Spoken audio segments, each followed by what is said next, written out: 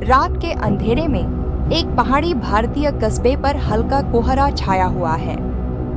ठंडी हवा सरसराहट करती है और दूर से कुत्तों के भौंकने की आवाज आती है, जो माहौल को और भी डरावना बना देती है। इस सुनसान रात में एक परित्यक्त पुरानी लकड़ी की हवेली, जिसे वर्मा हवेली के नाम से जाना जाता है, अपनी टूटी खिड़कियों से एक रहस्यमयी नीली रोशनी बिखेर रही है। यह हवेली अपने अतीत के रहस्यों को समेटे हुए किसी अनहोनी का इंतजार कर रही है। 3 दोस्त अर्जुन, नेहा और रोहन आधी रात को इस डरावनी हवेली में एक डॉक्यूमेंट्री शूट करने के लिए आते हैं। उनकी कार हवेली के पास रुकती है और वे टॉर्च की रोशनी में सावधानी से आगे बढ़ते हैं। उनके चेहरों पर डर और उत्सुकता का मिश्रण साफ दिखाई देता है।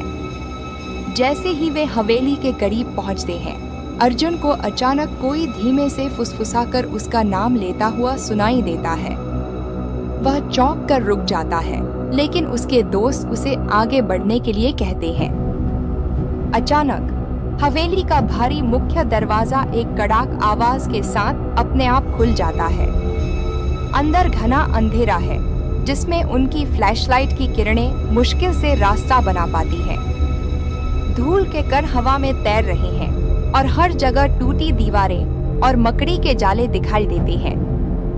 माहौल में एक अजीब सी घुटन है।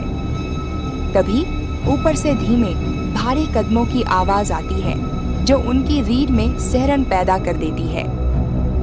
डर और जिज्ञासा के बीच तीनों दोस्त हिम्मत करके सीढ़ियां चढ़ते हैं। हर कदम के साथ लकड़ी की सीढ़ियां चरमराती हैं और हर आवाज उनके डर को बढ़ाती है। वे एक कमरे तक पहुंचते हैं, जहां से वही रहस्यमयी नीली रोशनी निकल रही है। कमरे के बीच में एक पुरानी लकड़ी की चौखट है, जो एक अलौकिक प्रकाश से चमक रही है। कैमरा धीरे धीरे उस चौखट पर फोकस करता है, जैसे वह कोई प्राचीन रहस्य छिपाए हुए हो।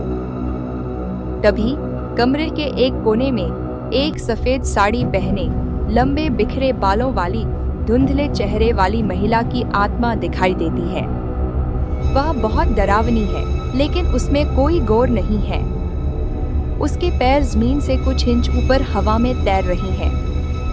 वह दीवार की ओर मुंह करके खड़ी है और धीरे धीरे अपना सिर मोड़ती है।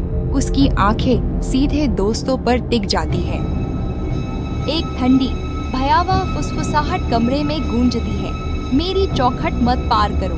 यह आवाज उनकी आत्मा तक पहुंच जाती है। डर का माहौल और भी गहरा हो जाता है। अचानक पुराने अखबार अपने आप हवा में उड़ने लगते हैं।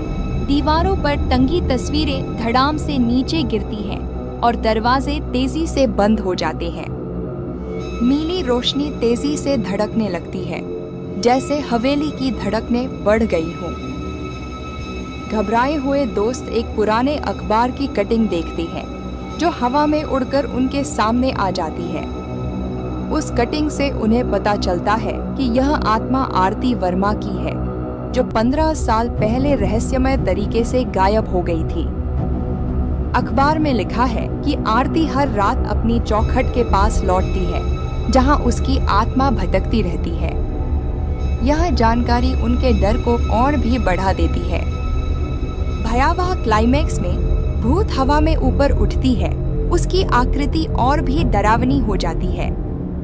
कमरे की सारी रोशनी तेजी से टिमटिमाने लगती है, जैसे कोई अदृश्य शक्ति उसे नियंत्रित कर रही हो। हवेली में अजीबोगरीब आवाजें तेज गूंजने लगती हैं। चीखें, फुसफुसाहटें और टूटने की आवाजें। तीनों दोस्त डर के मारे चीखते हुए नीचे की ओर भागते हैं। उनकी सांसें तेज हो जाती हैं और कैमरा उनके साथ हिलता है, जैसे वे खुद भाग रहे हों। किसी तरह वे हवेली से बाहर निकलने में कामयाब हो जाते हैं। उनकी सांसें फूल रही हैं और दिल जोरों से धड़क रहा है। वे पीछे मुड़कर नहीं देखते, बस भागते चले जाते हैं। जैसे ही वे दूर जाते हैं, हवेली की एक टूटी खिड़की में आरती की आत्मा चुपचाप खड़ी दिखाई देती है, उन्हें जाते हुए देखती हुई।